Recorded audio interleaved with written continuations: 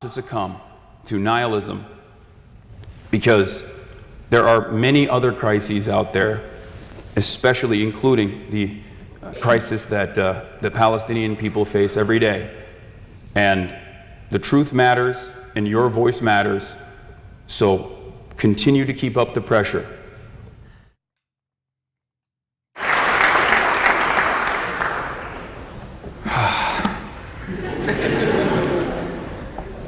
Great weather. Seriously. What's up, everybody? I'm Hasan Piker. I just did one of these talks at Cambridge University at Cambridge Union yesterday. After seeing Oxford immediately after that, it feels like a quaint fishing village in comparison to what's going on here. Having said that, however, there was a lot of contest at Cambridge Union. And judging by how the Q&A session goes in the aftermath of this speech, I'm going to make up my assumption on whether the age-old conversation, whichever way that unfolds. Is Cambridge better than Oxford? Is Oxford better than Cambridge? We'll find out. They were very ruthless over there. I'm just letting you know. They even said that apparently I was more controversial or more contentious than Ben Shapiro. So, it's interesting times. I gave a speech yesterday, and I didn't want to do the same exact speech here, so while I wrote that speech on the car ride from London to Cambridge, I wrote another one on the car ride from London to Oxford today. Both are going to be haphazard and put together, but it's a serious one, so bear with me. This is not something I normally do. I have the gift of gab. I talk all the time, 8 to 10 hours every single day. Specifically on controversial, polarizing political issues, but today I'm going to try to streamline my thoughts a little bit. Ladies and gentlemen, I stand before you in this storied, deliberative hall, following the footsteps of much more credible and much more intelligent thinkers as nothing but a simple man. A simple man who understands right from wrong. And sometimes that's all that matters. In the words of my friend, the late, great Michael Jamal Brooks, there's nothing complicated about apartheid. There's nothing complicated. The morality is clear. If the roles were reversed and a captive Jewish population of 5 million were being systematically starved, sieged, and dominated, as its ancestral lands were being destroyed, there would be no confusion or complexity. It's super simple, he used to say. There's one group, Israel, that has enormous power. It's the most powerful country in the Middle East. It's backed by the United States, the most powerful country in the world. It acts on a population of people with total impunity. It is never held accountable for anything, so there's no symmetry in this relationship, period. That's why I don't think there's any need for obfuscation. No arguments of complexity, no reasoning for preemptive genocide. Israel is an apartheid state, and its inception was a violent one, with the displacement, the forced displacement of 700,000, which gave birth to a settler colonial entity that continues to dominate the lives of more than 5 million Palestinians. Its demographic concerns are never seen in the same lens that we view nationalist and fascist projects of the past. It also happens to be one of the most impressive nationalist projects the world has ever seen. From the revitalization of Hebrew as a language to finding a nation state for a revolutionary people who had been historically oppressed, victim to countless pogroms, the Holocaust, Israel could have been a story of success and overcoming great odds. Except its inception was built around a vicious lie that this was a land without people for a people without land. And this lie was very quickly also countered by the likes of Albert Einstein, who was supposed to be the first president of Israel. He turned down that opportunity. Having appeared as a witness before the Anglo-American Committee of Inquiry, established in 1945, to consider the issue of Jewish immigration to Palestine, Albert Einstein famously wrote, "I have served as a witness before the Anglo-American Inquiry Commission on Palestine for the sole purpose to act in favor of our just cause. I am in favor of Palestine being developed as a Jewish homeland, but not as a separate state. It seems to me a matter for simple common sense that we cannot ask to be given the political rule over Palestine where 2/3 of the population are not Jewish. What we can and should ask is a secured binational status in Palestine with free immigration. If we ask more, we are damaging our own cause. And it's difficult for me to group that our Zionists are taking such, and it's difficult for me to grasp that our Zionists are taking such an intransigent position which can only impair our cause." And his fears were very quickly realized. That was in 1946 when he wrote that. Only 2 years after, in April 1948, 2 Zionist militias, Irgun and Stern Gang, entered the Palestinian village of Deir Yassin and slaughtered hundreds of Palestinian men, women, and children. Those who were not slaughtered or tortured initially were paraded in the back of trucks in the streets of Jerusalem, only to be executed later. This was a warning for all of the other Arab villages of what's to come. This was a calculated atrocity to carry out the forced expulsion of 700,000 Palestinians from their homes, never allowing them to return. This is what is known to Palestinians as the Nakba, catastrophe. Einstein wrote a letter at this time. In his letter he said, "When a real and final catastrophe should befall us in Palestine, the first responsible for it will be the British." Sorry. He was right. "And the second responsible for it will be the terrorist organizations built up from our own ranks. I am not willing to see anybody associated with those misled and criminal people." Now, the people that carried out these acts of horror would later become prime ministers of Israel. The Nakba was, in the words of historian Ilan Pape, a master plan for the mass expulsion of the Palestinian population, also known as Plan D or Plan Dalit. Hundreds of thousands were expelled before Israel's so-called War of Independence had even started. Prime Minister David Ben-Gurion, to use Pape's words, orchestrated an ethnic cleansing of Palestine. These were not merely nationalists or settlers run amok. This was clearly defined state policy.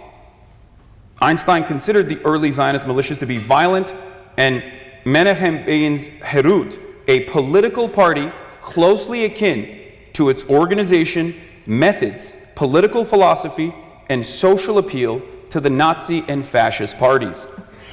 Einstein understood the dangers that nationalism of this sort presented. After all, he'd fled Nazi Germany. He had seen it firsthand. Nowadays, this sort of analysis is met with tremendous resistance. Given our comforts living in the heart of empire, we focus more on the feelings of those in the West rather than the violence that our tax dollars contribute to. Israel could not carry out its occupation without unlimited Western weapons and Western support. This is where propaganda to the West plays a very important role. Facing centuries of violence, Israel uses the very real fears of anti-Semitism to reinforce the necessity of a Jewish ethno-state, often claiming that no Jew would ever be safe if it wasn't for Israel. This is something that you hear all the time. You even heard it from my demented geriatric president, Joe Biden. He said that as well, this ridiculous statement. The United States is home to almost the same number of Jewish people as Israel. So when Joe Biden says something like that as the President of the United States of America, although he thinks this is servicing the defense of Israel and America's interest in Israel, I see that as a veiled threat, an abdication of his responsibility to American Jewish citizens, our brothers and sisters. Israel is no more a champion of Judaism than ISIS is a champion of Islam. Anti-Zionism is not anti-Semitism. Saudi Arabia's decades-long blockade against Yemen is worthy of criticism. If someone were to consider that Islamophobic to say, everyone would laugh at you. America's unjustifiable and illegal occupation and invasion of Iraq was not done at the behest of Christianity. If someone were to turn around and say, George W. Bush said, God told me to invade Afghanistan and Iraq, that's actually a Christian act, most people would laugh at you. Criticizing that would not be considered being Christian phobic. This is not anti-Christian bigotry. Claiming that a religious and ethno-supremacist apartheid state that is currently engaging in a genocide has anything to do with Judaism is unimaginably anti-Semitic, however. This is precisely why this rhetorical tactic is applied by those who cynically wish to defend Israel and those who seek to use criticisms of Israel as a cynical ploy to traffic in anti-Semitic rhetoric. Anti-Semitism is a canary in the coal mine of fascism. It's one of the oldest bigotries that has caused those of the Jewish faith a tremendous amount of pain. From pogroms to the Holocaust, Jews have always been singled out by those in power as a scapegoat for instability and economic volatility people in power cause. A resilient, nascent anti-Semitism is a constant threat, especially as economic instability makes those in power seek out old targets. They're not very creative, usually. They just always rehash the same propaganda over and over again. This is precisely the reason why I am terrified of the conflation of anti-Zionism and anti-Semitism. The conflation is dangerous. Valid criticisms against the state, especially as all of the violence is unfolding, and everyone can see it, valid criticisms against the state committing these atrocities and tying it back to Judaism is a cynical ploy to stop all matter of conversation is truly terrifying. And I think it directly causes anti-Semitism to fester. Perhaps this is why I'm often asked the question, Hasan, why does America have so much loyalty to Israel? And I think there are a lot of people who ask this question because they genuinely want to understand. They don't get it.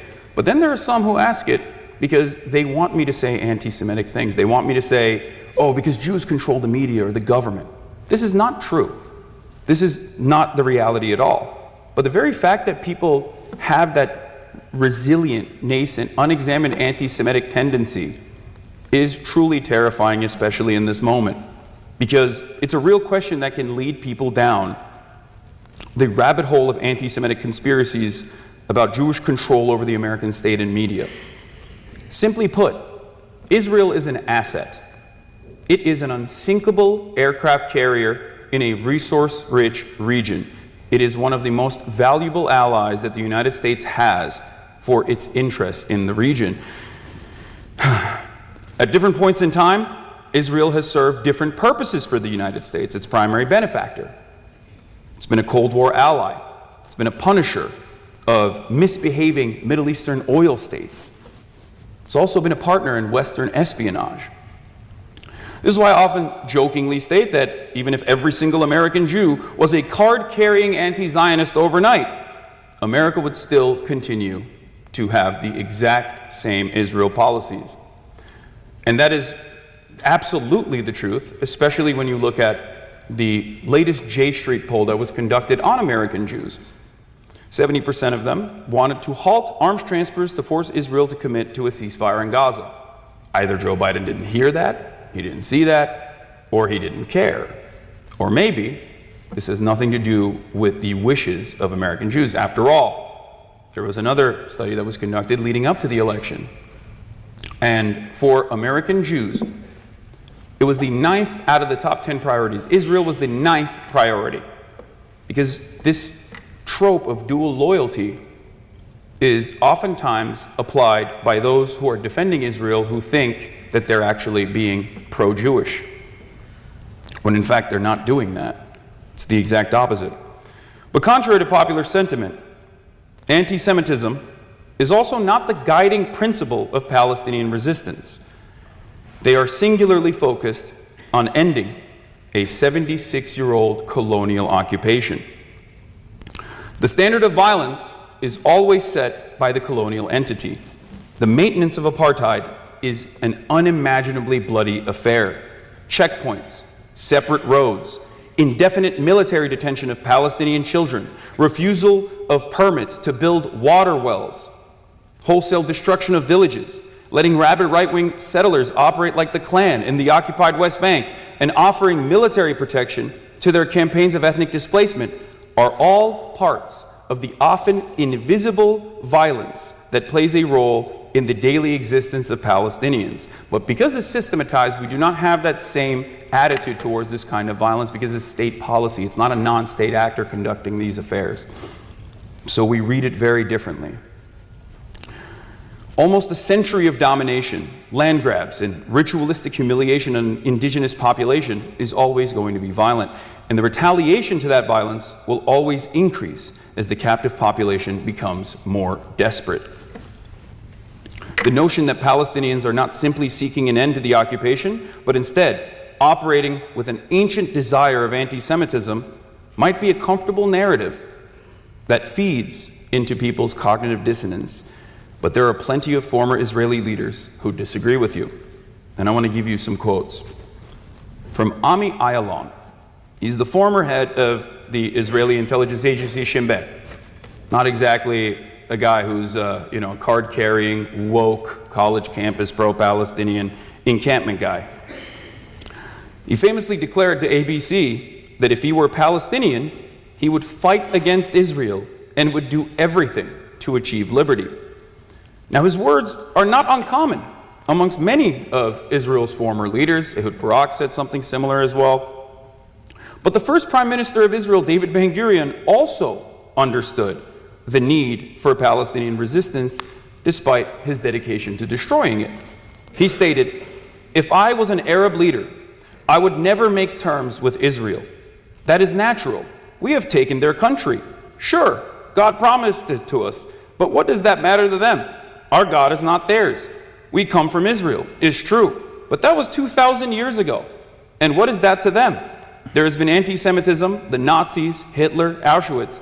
But was that their fault? They only see one thing. We have come and stolen their country. Why should they accept that? We do not judge the violence that unfolds in retaliation to the systematic enforcement of brutal practices, whether it be slavery or apartheid in any other context.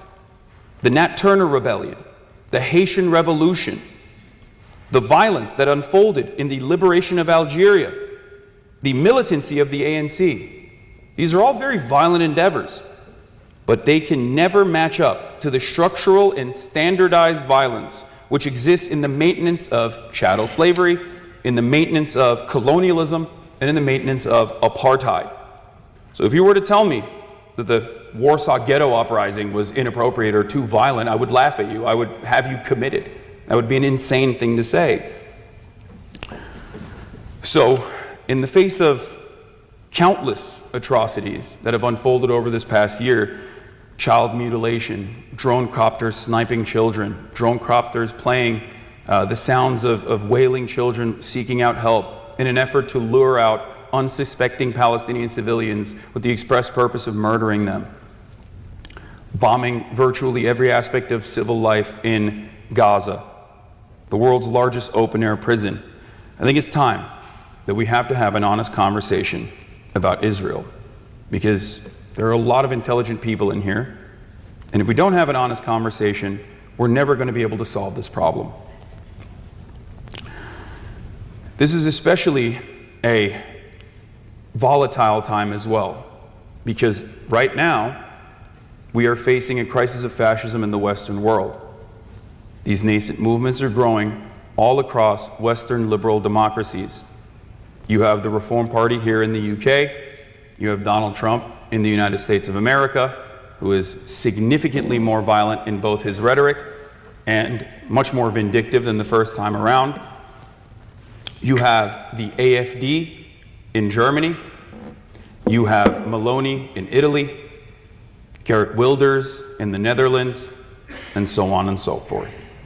So in this time, We need to make sure that we can restore confidence in legacy publishers and in mainstream media, and yet they have time and time again dropped the ball. A lot of people, especially in the democratization of media, especially with inventions like TikTok and social media, can personally see exactly what's going on in places like Gaza in a way that they never were able to do so before. And when you see something that's going on, and the immediate contextualization offered by oftentimes an IDF guy on CNN does not match with that reality of child mutilation, baby murder, things of that nature, you start losing faith in these mainstream institutions. And I'm truly terrified of what is to come if we don't fix this problem. And it's on all of us to play a role in speaking the truth. So I urge all of you to not give in to pessimism, to not give in to your nihilistic tendencies and think, well, we've done our encampments and the schools did not respond positively. They're still giving money to Elbit Systems or whatever. I urge you not to succumb to nihilism, because there are many other crises out there, especially including the crisis that the Palestinian people face every day. And the truth matters and your voice matters, so continue to keep up the pressure, because there are decades where nothing happens and there are weeks where decades happen. Free Palestine.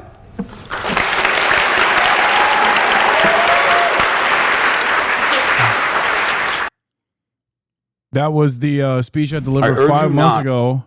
That was the speech I delivered 5 months ago. They uploaded it 13 hours ago on Oxford Union. It was half off the cuff, half